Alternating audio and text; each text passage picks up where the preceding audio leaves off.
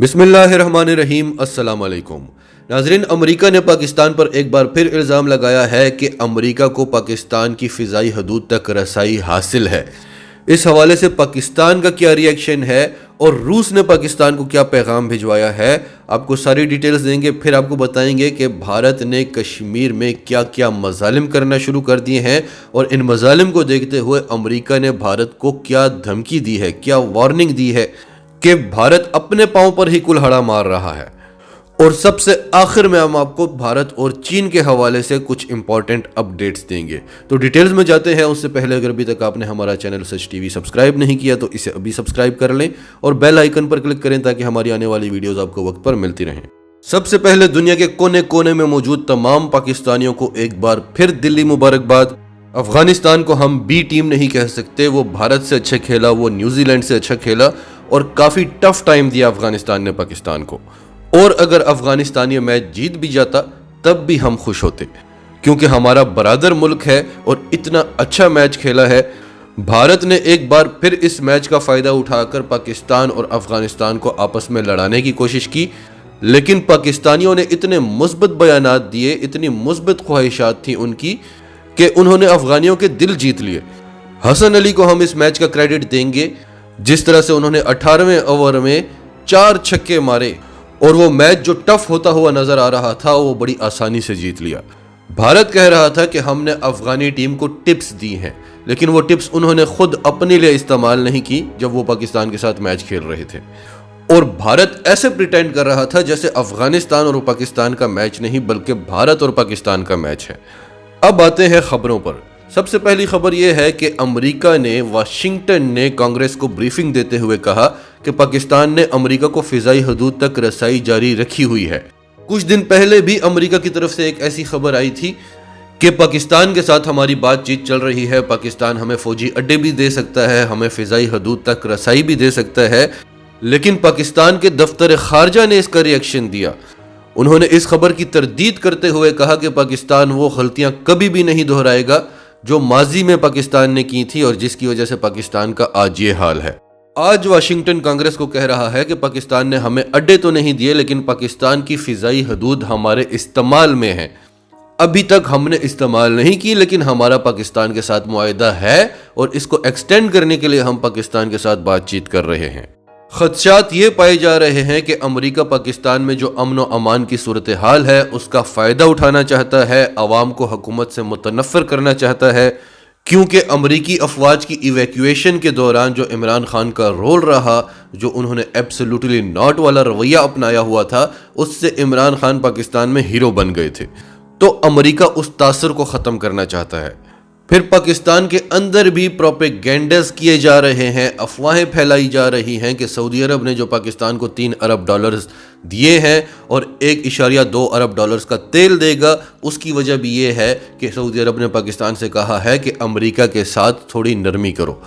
اس ساری صورتحال کو دیکھتے ہوئے روس کے وزیر خارجہ سرگئی لاوروو نے پاکستان کو پیغام دیا ہے کہ صدر پیوٹن کی طرف سے آپ کو پیغام ہے کہ امریکہ کو خطے سے نکالنے کے لیے، خطے میں امن قائم کرنے کے لیے جو پاکستان کا رول رہا ہے، جس طرح سے پاکستان امریکہ کے سامنے ڈٹا رہا، کھڑا رہا، ہم امید کرتے ہیں کہ پاکستان اسی طرح سے ڈٹا رہے گا، اسی طرح سے کھڑا رہے گا تاکہ امریکہ دوبارہ سے اس خطے میں اپنے قدم جما کر یہاں پر بدامنی نہ پھیلا سکے۔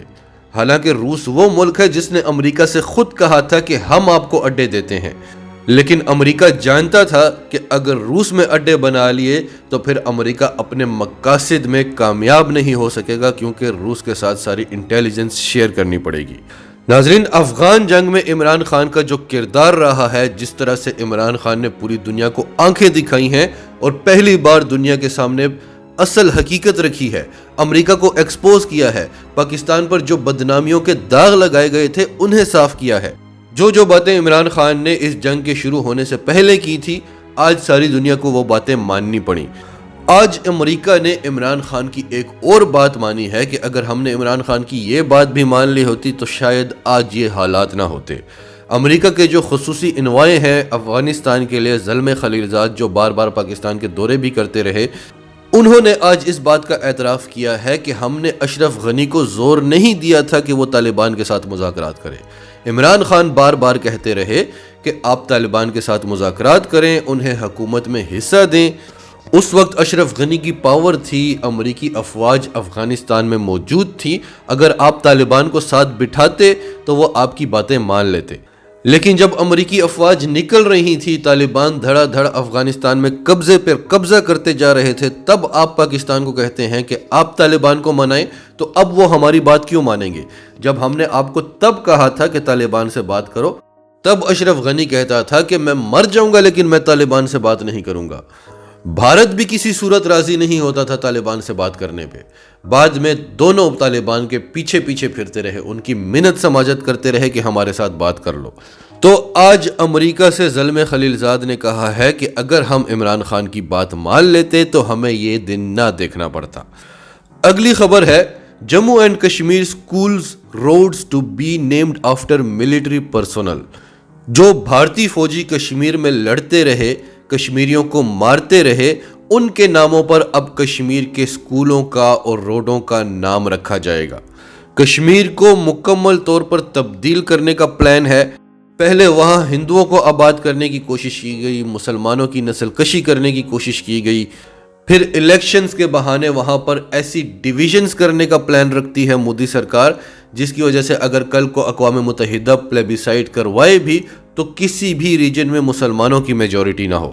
اور اب وہ کشمیر کی تاریخ ختم کرنے کی کوشش کرنا چاہتا ہے۔ وہاں کے سکولز، وہاں کی جو عمارتیں ہیں، وہاں کی جو شاہراہیں ہیں، ان کے نام تبدیل کر کر ان فوجیوں کے ناموں پر رکھنا چاہتا ہے جنہوں نے یہاں پر مظالم کیے۔ اس پر واشنگٹن پوسٹ کا کیا کہنا ہے کہ India's government made Kashmir even more dangerous for religious minorities, کہ مودی سرکار نے، بھارتی سرکار نے کشمیر کو اور زیادہ خطرناک بنا دیا ہے وہاں کی اقلیتوں کے لیے۔ وہاں کی اقلیتیں کون ہیں؟ فی الحال تو ہندو ہی ہیں۔ تو واشنگٹن پوسٹ نے کہا کہ آپ جو اقدامات کر رہے ہیں وہ مزید اشتعال دلائیں گی، اور آپ کے جو لوگ ہیں جنہیں آپ وہاں پر بسانا چاہتے ہیں ان پر مزید حملے ہوں گے۔ آپ خود ہی کشمیر کو اپنے لیے خطرناک بناتے جا رہے ہیں۔ تقریباً پچھلے 20 دنوں سے آپ وہاں پر آپریشن کر رہے ہیں، آپ کے فوجی دھڑا دھڑ مارے جا رہے ہیں، مجاہدین کا ایک گروپ آپ سے ہینڈل نہیں ہو رہا، لیکن آپ کی انتہا پسندی، آپ کی دہشت گردی وہ ختم ہونے کا نام نہیں لیتی، اور جہاں انتہا پسندی ہوگی، جہاں پر ظلم ہوگا، وہاں عام شہری بھی جہاد کے لیے اٹھ کھڑے ہوں گے، جنہیں پھر آپ دہشت گرد کہتے ہیں۔ پھر بھارت کا اپنا اخبار کہتا ہے کہ India dropped the ball in Kashmir but it can't afford to along the LAC، کہ آپ نے کشمیر میں تو بال پھینک دیا ہے لیکن چین پر بال پھینکنے کی آپ کی ہمت نہیں ہے۔ دوسرے لفظوں میں چین آپ کے ساتھ جو کچھ بھی کر رہا ہے اس سب کی فرسٹریشن آپ کشمیریوں پر مظالم کر کر نکال رہے ہیں۔ کبھی آپ پاکستان پر سرجیکل سٹرائکس کی بات کرتے ہیں، کبھی آپ گلگت بلتستان کو بھارت کا حصہ بنانے کی بات کرتے ہیں۔ آپ ان علاقوں کی بات کیوں نہیں کرتے جو روز آپ کے ہاتھوں سے نکلتے جا رہے ہیں؟ لداخ کی بات کیوں نہیں کرتے؟ اروناچل پردیش کی بات کیوں نہیں کرتے؟ سکم کی بات کیوں نہیں کرتے؟ وہاں پہ آپ کی بہادری کہاں چلی جاتی ہے؟ چینی فوجی روزانہ کی بنیادوں پر آ کے آپ کے فوجیوں کو ایسے مارتے ہیں جیسے کوئی جانوروں کو بھی نہ مارے۔ وہاں پہ آپ کیوں نہیں کھڑے ہوتے کہ چین کو سبق سکھاؤ، ہم تو بھارت ہیں، ہم تو شیر ہیں؟ سارا غصہ آپ کا مظلوموں پر اور نہتے مسلمانوں پر ہی نکلتا ہے۔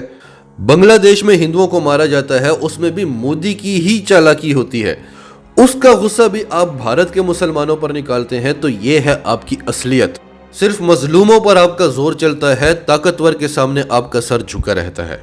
آخری خبر ہے، India deploys US weapons to fortify border with China۔ Bharat نے چین کے ساتھ اپنے بارڈر کو سیکیور کرنے کے لیے امریکی ہتھیار نصب کرنا شروع کر دیے ہیں۔ سوال یہ ہے کہ آپ کتنے ہتھیار خریدیں گے امریکہ سے؟